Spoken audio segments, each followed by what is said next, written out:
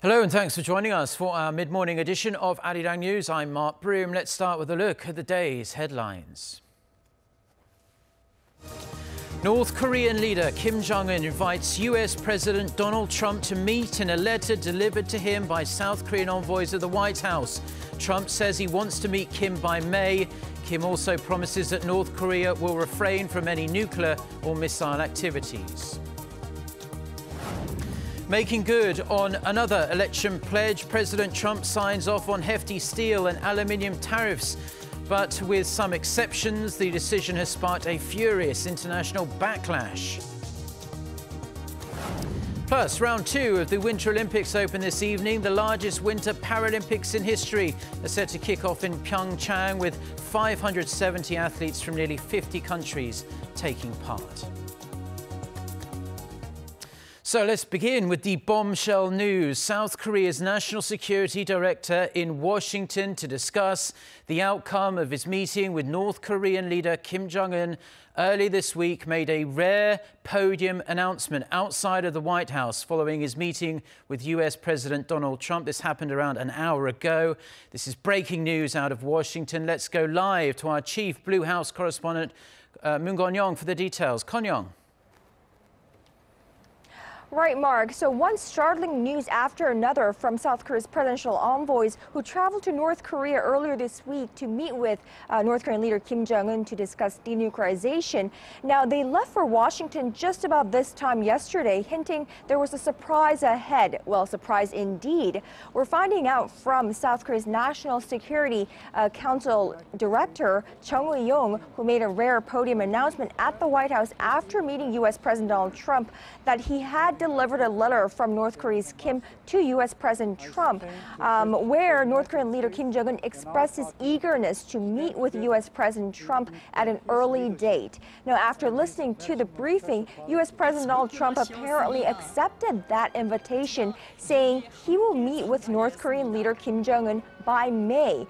Now, remember, this is not a whole lot of time, as the two leaders of South and North Korea are set to meet for the first time in over a decade at the Panmunjom in late April. So we're expecting U.S. President Donald Trump to meet with North Korean leader Kim Jong-un immediately after that. So there's not a whole lot of time, but a lot of changing dynamics here on the Korean Peninsula. Mark. Yeah, until the end of May doesn't give us much time at all to set this up, just several weeks. It really is a remarkable turn of events. Did we see this coming at all? Well, Mark, not really, but President Donald Trump apparently dropped by the White House press room for the first time ever to give a heads up to the reporters there that the South Korean delegation there to meet him, they have met, and the South Korean delegation will be making a major announcement at 7 p.m. Eastern, so that's 9 a.m. Korea time. Well, the announcement was actually made about 20 to 25 minutes after that, so really we're just learning right now. Now, after that, U.S. Press Secretary, so White House Press Secretary Sarah Sanders had these words. She said, President Trump greatly appreciates the nice words of the South Korean delegation and President Moon Jae-in, and he will accept. So President Trump will accept the invitation to meet with Kim Jong-un at a place and time to be determined. We look forward to the denuclearization of North Korea. So those were the immediate words from White House Press Secretary Sarah Sanders after Chung Eui-yong's announcement there. But we do expect the White House to make an official statement, and the presidential Blue House here, they're also in the process of deviating an official statement of their own. So I'll have more details and updates for you in our later newscast. Mark. Well, thank you very much, Kon-young, for that update of the stunning news that US President Donald Trump has agreed to meet with Kim Jong-un by the end of May, and we'll keep you updated on any updates on that, of course, throughout the day. Now, President Trump is in the headlines for another reason, because he signed an executive order imposing 25% tariffs on steel imports and 10% on aluminium. He has previously alluded to doing this, and he also mentioned that Mexico and Canada are likely to be exempt to these new tariffs pending the outcome of the ongoing negotiations on NAFTA. Our Park Jong-hong with the details. In the end, President Trump stuck to his guns. This despite fierce protests from trading partners and even collective concern from members of the Republican Party, who claimed the measures would weaken the competitiveness of U.S. industries. Today, I'm defending America's national security by placing tariffs on foreign imports of steel and aluminum. We will have a 25% tariff on foreign steel and a 10% tariff on foreign aluminum when the product comes across our borders. But he held off a decision on Canada and Mexico, saying that negotiations are ongoing on NAFTA. He said if the U.S. strikes a deal, there will be no tariffs for the two countries. But if talks fall apart, the U.S. will terminate NAFTA and start all over again. He did say that he's optimistic a deal would be reached. In any case, Trump said 15 days remain until the tariffs take effect, and exemptions will be made on a case-by-case basis, considering, quote, fairness on trade. President Trump spoke at length about how the U.S. industry have been taken advantage of over the years. He said millions of U.S. workers have been laid off as plants closed all across America, ravaged by the unfair trade practice called dumping. He said this was not just a disaster for the economy, but also national security. In the future, he added there will be many cases of reciprocal tax, which is virtually a tit-for-tat in tariffs between trading partners. The tariff decision deals a blow to Korea, which will have to come to grips with Trump's move. Seoul's Trade Minister Kim Jong-un has been meeting with congressional and Senate leaders, pitching the message that Korean steel is not a threat to the U.S. steel industry and is actually contributing to the U.S. economy through local investments. In the next 15 days, Korea plans to make a final pitch to try to minimize the tariff impact. Park Jong-hong, Arirang News. Now, as a follow-up to that report, South Korea's Trade Ministry is holding an emergency meeting following President Trump's announcement to go ahead with those steep tariffs on steel and aluminium imports. Korea's Minister of Trade, Energy and Industry, Baek Eun-gyu, is presiding over the meeting with local steelmakers and government officials in Seoul to discuss countermeasures to these tariffs. The Trade Ministry said it will look into ways to minimize the impact on Korea's steel companies and analyze how the move will affect the ongoing South Korea-US FTA renegotiations. Seoul has repeatedly asked the Trump administration to exempt it from the steep tariffs, citing their close economic and security ties. So amid fears of a looming trade war and rising protectionism, we're finally seeing some positive developments for advocates of free trade. That's because 11 countries are inking a mega free trade pact this week. Our Kim Hae-sung introduces us to the Comprehensive and Progressive Agreement for Trans-Pacific Partnership. A year after the U.S. withdrew from the Trans-Pacific Partnership, the 11 remaining countries are due to sign a new agreement in Chile on Thursday local time.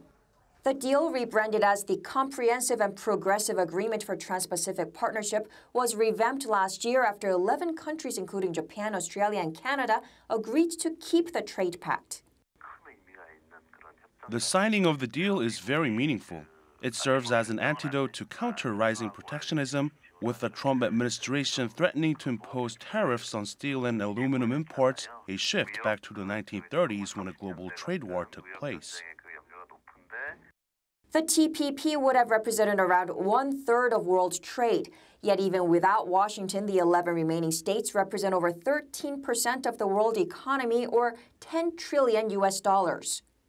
The CPTPP spans a market of near 500 million people, greater than the European Union. It aims to cut import tariffs and drops around 20 clauses on intellectual property regulations that had been demanded by the U.S. It will go into effect 60 days after it's ratified by at least 6 member countries. South Korea is not a member of the CPTPP, but it has bilateral free trade deals with 9 of the 11 members other than Japan and Mexico.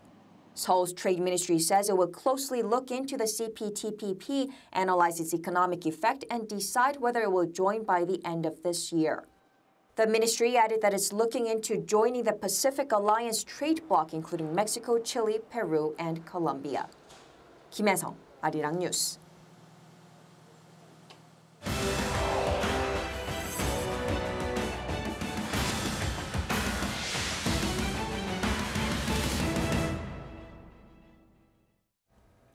It's been exactly 1 month since the opening ceremony of the 2018 PyeongChang Winter Olympics. Time really does fly. And later on this Friday, the world's eyes will once again be on PyeongChang as the 2018 Winter Paralympics gets underway. It will do so with an opening ceremony set for 8 p.m. Korea time. It's going to be the largest Paralympics in history, with 570 athletes from 49 nations competing for 240 medals. South Korea will be represented by 36 athletes, and North Korea is also set for its Winter Paralympics debut, with 2 athletes competing in para-Nordic skiing. And the 2 Koreas have decided to change things up tonight for the opening ceremony of the PyeongChang Winter Paralympics. Unlike when they came into the stadium together during last month's Winter Olympics, the delegations from the south and north will march in separately under their own national flags. Yi Sung-jae reports. South and North Korea have decided not to hold a joint march at the opening ceremony of the PyeongChang Winter Paralympics on Friday evening, despite initially agreeing to do so. According to the Korean Paralympic Committee, officials from the 2 Koreas met on Thursday to discuss the details of the joint parade, but couldn't agree on whether they should march behind a Korean unification flag showing Dokdo, Korea's easternmost island that Japan wrongfully claims as its own territory. The North wanted the flag to show Dokdo, emphasizing that not showing it would hurt the pride of the Korean people. But the South wanted to hold a Korean unification flag that doesn't show Dokdo to respect the International Paralympic Committee's recommendation not to politicize sports events. The IPC was also reluctant to use the flag showing Dokdo and said it wanted the 2 Koreas to use the same unification flag that was carried during the opening ceremony of the PyeongChang Winter Olympics a month ago, when the 2 Koreas marched under a Dokdo-free Korean unification flag. The IPC added that it did not want any further debate on the issue and recommended the 2 Koreas march in separately. Despite the decision, the Korean Paralympic Committee has proposed that the representatives of the South and North carry the Paralympic torch together for the relay, as North Korea is making its Winter Paralympic Games debut. With the Paralympic Games taking place for 10 days starting Friday until March 18th, the 2 Koreas hope the joy of sport will keep them on the path to peace. Yi Sung-jae, Arirang News. So the biggest Winter Paralympics in history will kick off in PyeongChang later this evening. The South Korean team is raring to get going at their home games and are ready to inspire and excite the world once again. Our Won Jung-hwan reports from PyeongChang. As competitors arrive at the athletes' village for the PyeongChang Winter Paralympic Games, ready to show us the infinite potential of mankind, PyeongChang and Gangneung are once again getting ready for another winter festival. PyeongChang has been preparing for what will be the largest Winter Paralympics so far, with nearly 600 athletes from 49 countries competing in 6 sports for 80 gold medals.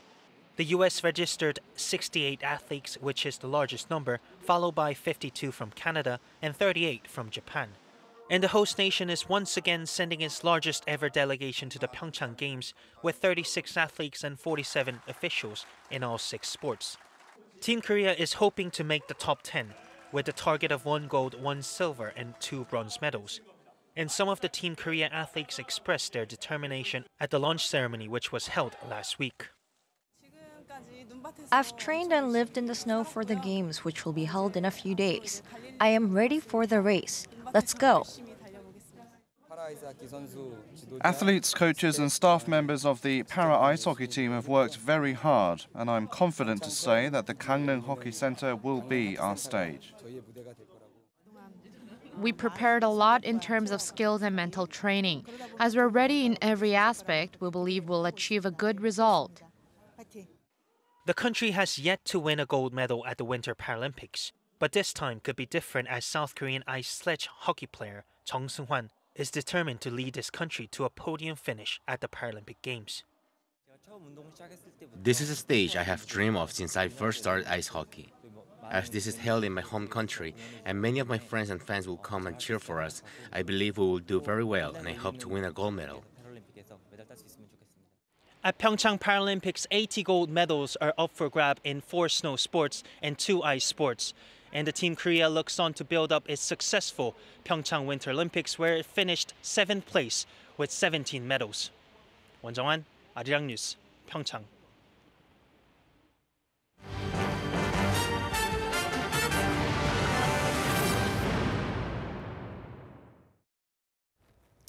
Now, in other news, marking International Women's Day, a Korean victim of Japan's wartime sexual slavery, Yi Yong-su, was at the French Parliament in Paris on Thursday to share her emotional yet shocking story to French lawmakers and government officials. Among those listening to the 90-year-old's tearful testimony were 2 Korean adoptees, a lawmaker and a former senator. After her visit to the French Parliament, Yi held a one-woman protest in front of the UNESCO headquarters in the French capital. While she was there, she protested the agency's delay in listing sex slave records on its Memory of the World register. And marking the 110th International Women's Day on March 8th, yesterday here in Korea, massive rallies demanding equal rights were held in Seoul. Kim Jongun reports. International Women's Day is a global celebration that sheds light on the struggle for women's rights. The day was created to commemorate American female laborers who fought for their labor and voting rights in 1908, and this year, South Korea has officially designated the day as a public occasion. One of the nation's largest labor organizations, the Korea Federation of Trade Unions, held a special event to celebrate the day's 110th anniversary. Hundreds of thousands of members of the union gathered in front of Seoul's Gwanghwamun Square at 2 p.m. to attend the National Female Laborers Conference, which seeks to highlight inequalities such as a gender wage gap in Korea. The root of the sexual harassment cases is not just because of one individual, but also because of the current social customs. We will work to create a society where women's labor and sexual rights can be respected. Participants then joined the annual 3 o'clock stop event to join some 13 different organizations, hoping to improve the conditions of female workers in Korea. The event, which is the second of its kind, demands for female workers to stop and finish work at 3 p.m. According to the organizers, the wage gap in South Korea was twice the OECD average at 36.7% in 2015, which means that the wage women receive for a day's work is only equivalent to the wage men receive for working until 3 p.m. The laborers demanded that the government find a solution to the multiplying sexual assault cases, solve the gender-based wage gap, and respect the labor rights of women. The participants, most of them dressed in black, holding pickets that read 3 o'clock stop and Me Too, shouted for women not to be afraid anymore. There were also male participants who raised their voices for gender equality. I came here to show my support towards eradicating violence against women, especially nowadays when sexual harassment cases are rising. I hope that the government could come up with measures that can solve this problem as soon as possible. Some of these people have been marching since this morning, and many also joined the street rally heading to the Ministry of Employment and Labor in Chunggu District. I decided to visit because I wanted to celebrate the 110th anniversary of this special day. I hope such movement can create a real democratic society where there is no sexual discrimination. With ongoing campaigns such as the Me Too movement, many hope the day could be an opportunity for women to be brave in speaking out. Kim Mo-gyun, Arirang News.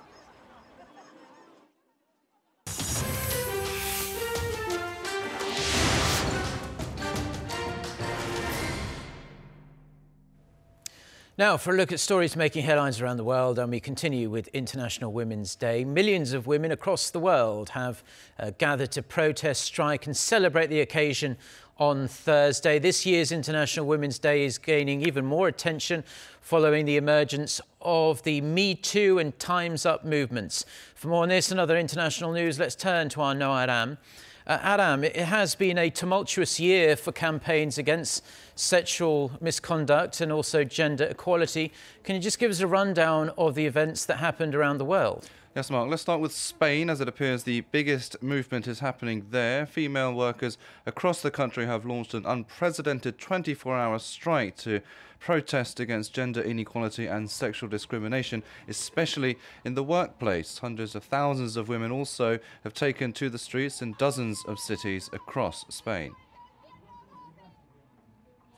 We have to fight to make our situation known as much in the social sphere as in the workplace, in the home. Therefore, what we're doing today is stopping work to show that if women stop, the world stops. Organisers say more than 5 million women are taking part in the strike and are stopping work and putting off household chores. In Russia, International Women's Day is a public holiday, and women took the day off to take part in demonstrations, though on a much smaller scale compared to Spain. To mark the occasion, President Putin recited a Soviet-era poem to praise women's contribution to society. Over in Asia, meanwhile, activists in Manila staged a rally against Philippine President Rodrigo Duterte, who they claim is among the worst violators of women's rights in Asia. Other events marking International Women's Day are also being held in dozens of other nations. Meanwhile, businesses are also taking part in the action. McDonald's is temporarily flipping its iconic M-shaped golden arches on certain packaging to show a W to celebrate women. But the move quickly faced backlash as critics suggested the fast food giant should pay its workers a living wage rather than stage what they called a cheap PR stunt. Nearly 1 million people in America's northeast are without power as a second nor'easter winter storm in a week batters the region. Heavy snow in New Jersey, New York and southern New England continued into Thursday, with some areas getting more than 60 centimetres of snow. Hundreds of flights also have been cancelled, but air travel disruptions were not as bad as it was on Wednesday when the second storm hit. However, a third nor'easter is making its way up from the south and could hit the east coast on Monday. New light has been shed on what happened to famed pilot Amelia Earhart, who mysteriously disappeared off the radar during a flight in 1937. A recent study by University of Tennessee professor Richard Yance states that bones found on a Pacific island in 1940 were likely to be that of the aviation pioneer. They were initially thought to have belonged to a man. The latest revelation implies that Earhart may have survived her ill-fated final flight around the world and died as an island castaway.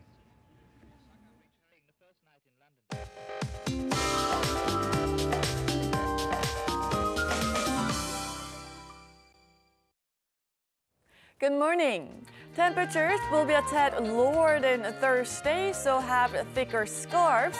But you know, we are enjoying higher than average temperatures, and the air quality has been normal to good.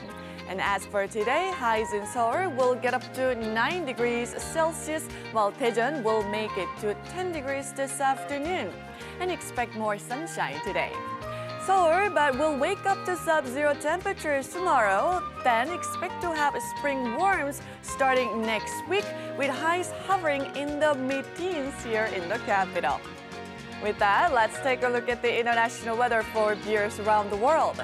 While the nation will be under mostly sunny skies with higher than average temperatures, many parts of North Korea will also be plenty of sunshine.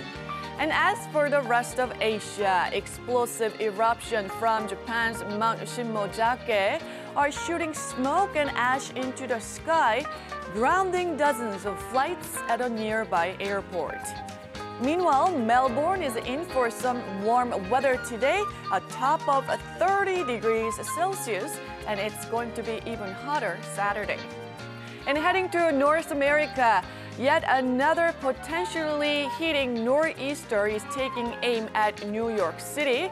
So snow and rain is expected for Sunday nights, and it could stay until Tuesday. And as for South America, most cities will be under mostly sunny skies except for Rio de Janeiro.